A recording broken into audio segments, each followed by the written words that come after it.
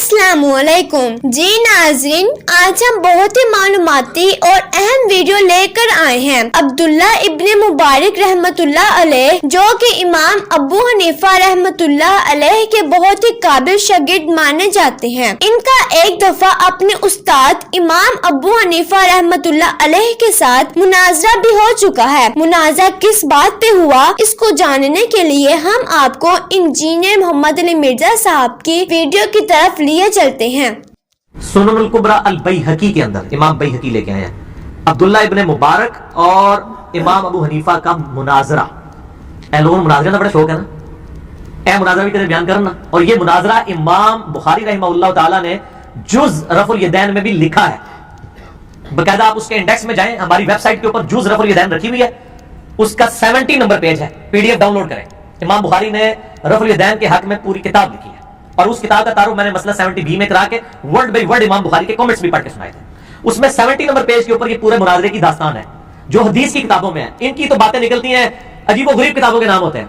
ये हदीस की किताब में मुनाजरा है, सुननुल कुबरा अल बैहकी में, और जुज रफुल यदैन भी हदीस की किताब है, इमाम बुखारी की लिखी हुई, वो इमाम बैहकी की। इन दोनों किताबों में मौजूद है कि एक दफा अब्दुल्ला इब्ने मुबारक और इमाम हनीफा रहमहुल्लाह दोनों इकट्ठे नमाज पढ़ रहे थे। अब्दुल्ला इब्ने मुबारक कहते हैं कि मैंने रुकू में जाते वक्त और रुकू से उठते वक्त रफुल यदैन किया और इमाम हनीफा ने नहीं किया। सलाम फेरने के बाद इमाम अबू हनीफा रहमहुल्लाह ने अब्दुल्ला इब्ने मुबारक से तंजिया एक बात की जिसमें नबी अलैहि सलाम की सुन्नत की मुखालफत झलकती थी। वो इतनी सख्त बात थी कि अब्दुल्ला इब्ने मुबारक ने फिर उसी किस्म का जवाब भी दिया फिर इमाम हनीफा को। इमाम हनीफा रहमहुल्लाह ने कहा कि ए अब्दुल्ला, जब तुम नमाज पढ़ रहे थे तो मुझे लगा कि तुम उड़ने लगे हो नमाज में, बार बार जो अपने हाथ से उठा रहे हो पंखों की तरह। नाऊज़ु बिल्लाहि मिन ज़ालिक व लिआऊज़ु बिल्लाहि तआला। हम अल्लाह की पनाह में आते हैं कि नबी अलैहि सलाम की सुन्नत के बारे में ऐसे अल्फाज इस्तेमाल करें। जिसने किए वो जाने और उसका अल्लाह के मामला अल्लाह के सुपुर्द। हम तो अपनी जात के एतबार से इसे तौहीन समझते हैं। तो अब्दुल्ला इब्ने मुबारक को गुस्सा आया। अब्दुल्ला इब्ने मुबारक ने फिर आगे से एंटी वैनम इल्जामी जवाब, फकी वाला जवाब दे दिया। उन्होंने कहा कि इमाम साहब, अगर आप पहला रफुल यदैन करते वक्त नहीं उड़े ना तो मैं दूसरा तीसरा करते वक्त भी नहीं उड़ूंगा। यानी पहला तो तुसी भी करते हो ना, तो तुसी अगर पहली फ्लाइट नहीं उड़े तो मैं दूसरी तीसरी किस तरह उड़ जाना सी। अच्छा, ये लिखने के बाद इमाम बुखारी ने आगे नकल किया इमाम वकी का कॉल। इमाम वकी का तुम लोगों को तारुफ हो गया, मैं पिछली बार दिखाया सी। इमाम वकी कहते हैं कि मैं तुमसे हदीस बयान करता हूं और तुम मुझे कहते हो कि इमाम अबू हनीफा रहमहुल्लाह या इमाम इब्राहिम नखी रहमहुल्लाह ये कहते हैं तुम्हारी ये सजा है कि तुम्हें कैद कर दिया जाए, उस वक्त तक ना छोड़ा जाए जब तक तुम तौबा ना करो कि तुम नबी की हदीस के मुकाबले में इमामों के कौल लाते हो। ये जामे तिर्मिज़ी से मैंने बयान किया था। मसला नंबर 197 ट्रूथ रिवीलिंग लेक्चर मेरा पिछले हफ्ते रिकॉर्ड हो चुका है। इमामों की गुस्ताखी और तकलीद, इसके हवाले से एक समझ लें जिसको कहते हैं ना कि कंक्लूजन कर दी है, उसका बहुत अच्छा फीडबैक आया।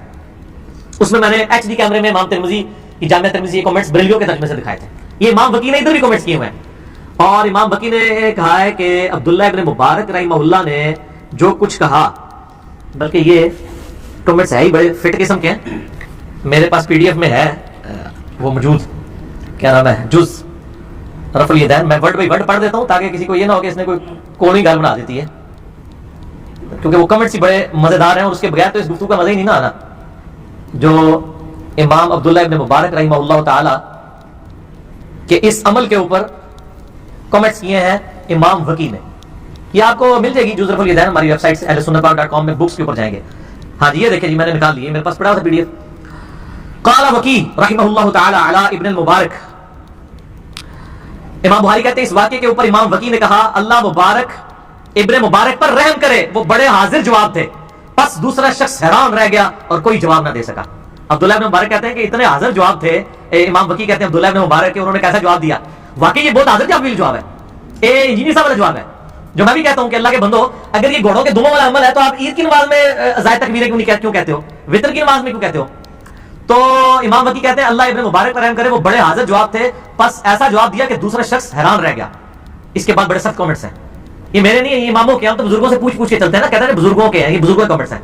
इमाम वकी कहते हैं ये उन लोगों का हाल होता है जो अपनी गुमराही में सरगर्दां फिरते रहते हैं जबकि कहीं से भी इनको ताईद हासिल नहीं होती। यानी उन्होंने कहा कि जो रफुल यदैन के दुश्मन है ना, इनकी हालत यह है कि अपनी गुमराही में सरगर्दां फिर रहे हैं और इनको कहीं से भी ताईद नहीं मिलती।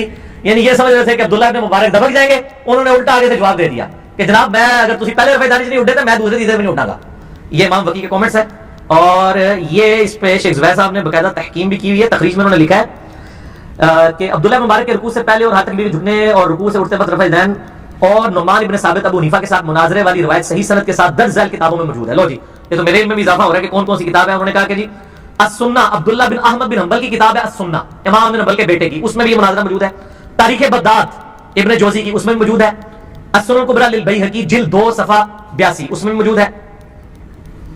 اور پھر کہتے ہیں نیز میری کتاب دیکھیں کتاب الاسانید الصحیفہ فی اخبار ابی حنیفہ اس میں بھی موجود ہے. تو انہوں نے کافی ریفرنسز اکٹھے کیے ہیں. لہٰذا یہ عبداللہ بن مبارک کے اوپر بالکل جھوٹ باندھا گیا کہ انہوں نے رجوع کر لیا تھا. انہوں نے رجوع نہیں کیتا, وہ ایک سٹیپ آگے گئے ہیں.